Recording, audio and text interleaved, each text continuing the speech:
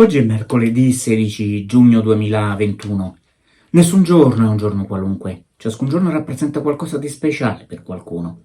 La storia ci insegna che ogni giorno può avere un motivo per essere ricordato.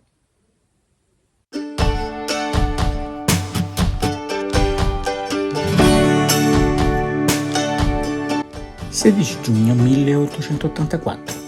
Nel parco divertimenti di Coney Island a New York fa il suo esordio un'attrazione costituita da una struttura lunga più di 200 metri, ispirata dagli scivoli ghiacciati russi. Da una prima torre le persone scendono sulle rotaie all'interno di un vagone, lungo un percorso a sobbalzi, per poi risalire verso una seconda torre, da dove scendono di nuovo per tornare alla prima, e così di seguito.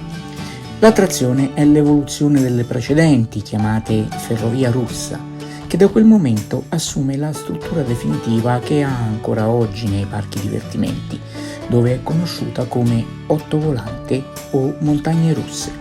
La velocità alla quale si muove il vagone installato a Coney Island è di circa 10 km/h. Nel 1892, per celebrare i 400 anni della scoperta dell'America, le montagne russe arrivano a Genova con una versione brevettata a Londra.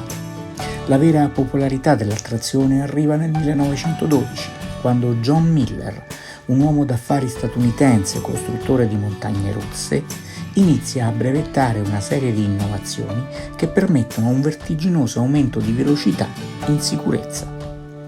Nel corso della sua vita, Miller progetta circa 150 impianti di montagne russe.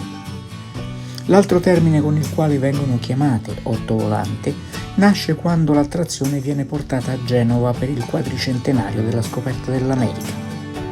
Ad attrezzare l'attrazione vi era un tedesco di nome Otto, che l'aveva chiamata dal suo nome Otto Monorazzo, ma il pubblico la ribattezzò subito Ottovolante.